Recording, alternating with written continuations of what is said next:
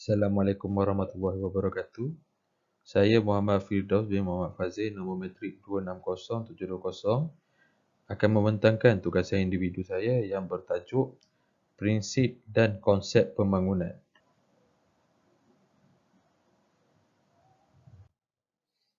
Pengenalan.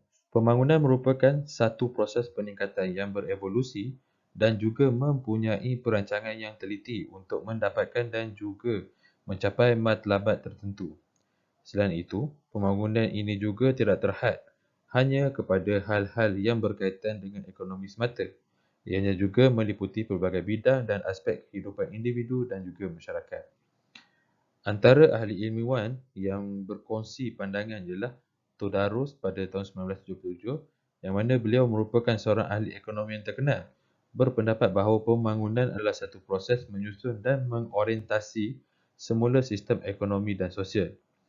Menurut beliau lagi, pembangunan ini tidak hanya melibatkan pertumbuhan terhadap penambahan hasil pendapatan dan juga pengeluaran, akan tetapi faktor lain juga perlu diambil kira seperti perubahan institusi sosial, struktur pentadbiran negara dan juga kerajaan,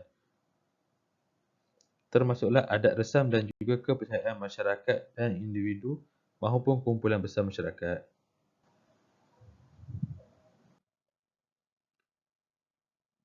Pembangunan juga boleh dimanifestasikan daripada pengurangan tahap kemiskinan kadar pengangguran dan yang rendah dan rapatnya jurang ketidaksamaan.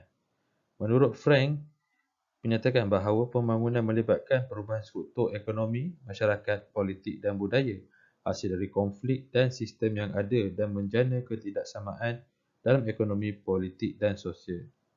Pembangunan berkonsep ini adalah seperti merujuk kepada satu perancangan manusia yang cuba untuk merubah diri mereka ke arah yang lebih baik dan lebih maju. Perkara ini disebut sebagai social engineering, di mana akan melibatkan banyak pihak dalam merencanakan sesebuah pembangunan. Antara elemen yang perlu ada ialah perencana, pelaksana, penerima dan juga yang paling besar melibatkan pembiayaan daripada pihak kerajaan.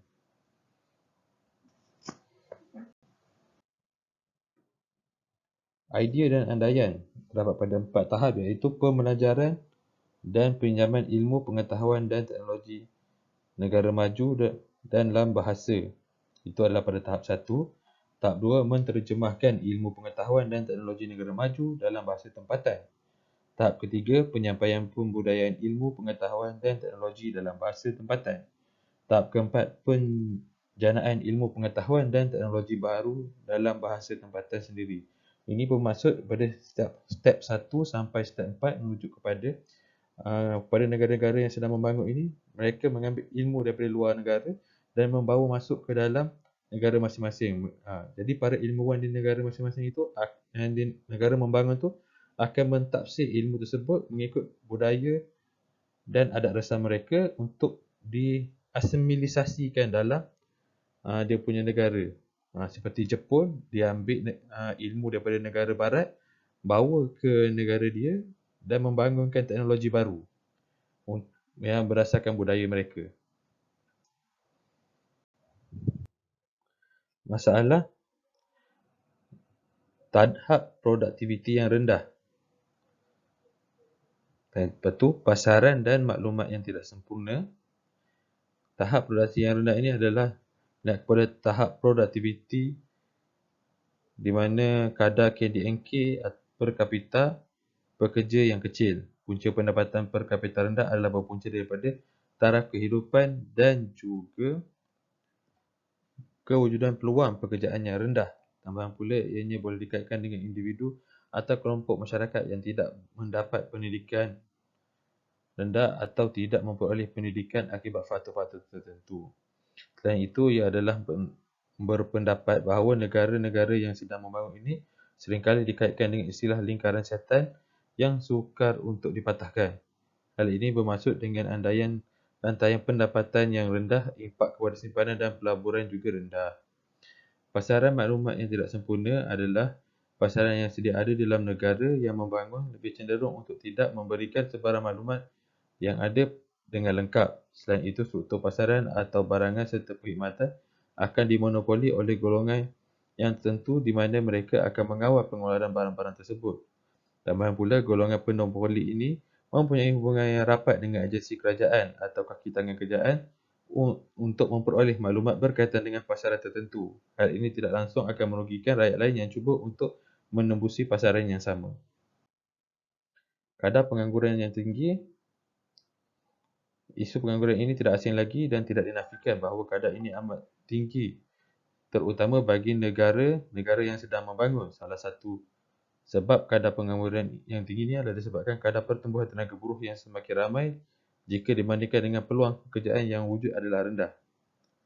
Pertumbuhan penduduk yang tinggi, secara amnya kadar pertambahan penduduk di negara sedang membangun dan mempunyai perbezaan sehingga 4 kali ganda jika dibandingkan dengan negara maju. Menurut Hassan, 2018, selain pertumbuhan penduduk yang tinggi, masalah lain penduduk dalam sebuah negara tersebut adalah taburan penduduk yang tidak sekata. Kesan daripada pertambahan ini akan menyebabkan pengagihan pendapatan negara tidak seimbang atau tidak sama rata. Penggantungan kepada sektor ekonomi utama. Negara yang sedang membangun lebih cenderung kepada kadar kebergantungan terhadap sektor yang tertentu sahaja seperti pertanian dan juga pelombongan. Bagi negara yang bergantung kepada sektor pertanian ini akan dirujuk sebagai ekonomi monoculture. Pengantungan yang besar dan kelemahan perhubungan dengan antarabangsa. Keadaan ekonomi negara membangun akan lebih bergantung kepada ekonomi negara serantau yang maju. Perkara ini berlaku apabila sesebuah negara itu terlalu bergantung kepada pasaran ekspor yang mana negara tersebut mempunyai permintaan domestik yang rendah. Selain itu, barang ekspor merupakan barangan utama negara. Taraf kehidupan yang rendah dilihat berdasarkan tahap kemampuan rakyat dalam memenuhi keperluan asas kehidupan mereka seperti makanan, pakaian dan juga tempat tinggal. Berdasarkan laporan yang dikeluarkan oleh United Nations Development Programme, terdapat lebih daripada 1 bilion manusia hidup di bawah paras kemiskinan dan kebanyakan daripada mereka datang daripada negara yang sedang bangun iaitu sebanyak 80%.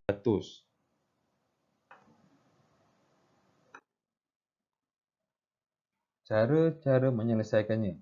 Yang pertama adalah meningkatkan kualiti dalam sistem pendidikan negara, mewujudkan serta melaksanakan rancangan pembangunan, meningkatkan simpanan dan juga pelaburan, membangunkan aktiviti ekonomi dan menyediakan infrastruktur sokongan. Daripada segi pendidikan sudah kita tahu bahawa pendidikan merupakan salah satu aspek yang penting untuk memastikan generasi-generasi yang akan datang berpendidikan, kerana jika negara membangun tanpa generasi yang mempunyai pengetahuan yang tinggi pasti akan membantutkan perkembangan negara. Mewujudkan rancangan pembangunan terutama di kawasan luar bandar yang dilihat tidak mempunyai keseimbangan di antara bandar dan luar bandar. Meningkatkan simpanan dan juga pelaburan adalah daripada segi kadar pembelanjaan negara, di mana negara perlu banyak menyimpan tanpa membelanja ke arah yang membazir, dan juga pelaburan yang perlu ditarik daripada pelabur-pelabur asing untuk membuka perniagaan mereka di negara kita. Analisis kemungkinan. Banyak faktor yang dapat mempengaruhi pertumbuhan ekonomi yang melibatkan daya beli masyarakat, pengeluaran pemerintah, inflasi dan sebagainya. Antara kemungkinan yang mungkin akan menyekat kepada perkembangan ekonomi negara adalah di antaranya masalah ketidakstabilan politik di dalam negara. Sebagai contoh, jika kita lihat ketidakstabilan politik dalam negara ini, apabila Malaysia menghadapi perubahan pertukaran pucuk pimpinan Perdana Menteri yang menyebabkan ketidakstabilan politik dan menyebabkan pelabur-pelabur asing kurang yakin untuk melabur di negara kita. Cadangan. Membangunkan sesebuah negara adalah dengan membangunkan sistem pendidikan negara. Selain itu, pihak kerajaan juga hendaklah menyasarkan rakyat yang tinggal di luar negara, yang di luar bandar, yang mana kebanyakan mereka mengalami masalah dalam pembelajaran dan juga kadar buta huruf penduduk luar bandar lebih tinggi berbanding di bandar. Mengurangkan beban cukai. Sebagai contoh, mempertimbangkan untuk meningkatkan tahap pengecualian cukai pendapatan untuk suri rumah sepenuh masa sebagai tanda terima kasih kepada mereka dalam membantu institusi keluarga dalam mengharungi ekonomi yang kian mencabar. Kali ini kita patut bagi sokongan sebab terutamanya kaum ibu, kaum wanita sanggup berhenti kerja untuk memastikan keluarga mereka berada dalam keadaan yang baik dan terutama pendidikan anak-anak juga terjamin apabila mereka tidak bekerja. Namun begitu, di dalam situasi ekonomi yang semakin mencabar ini, memerlukan ibu-ibu ataupun wanita ini untuk bekerja bagi membantu keperluan di dalam keluarga. Menghapuskan jurang kemiskinan di antara golongan berpendapatan tinggi, sederhana dan kecil. Di samping itu, dengan membantu perniagaan kecil dan penjaja antara langkah yang boleh ditekankan oleh pihak kerajaan. Sehubungan dengan itu, pihak kerajaan boleh menamatkan amalan penggunaan lesen peniaga kecil dan penjaja yang menjadi sumber pendapatan negara tanpa dikudakan oleh golongan yang mempunyai kepentingan dengan parti politik untuk mendapatkan hasil bagi kepentingan individu. Menyediakan prasarana dan kemudahan yang selesa, bersih dan menarik dengan pembinaan di kawasan yang strategik untuk berniaga.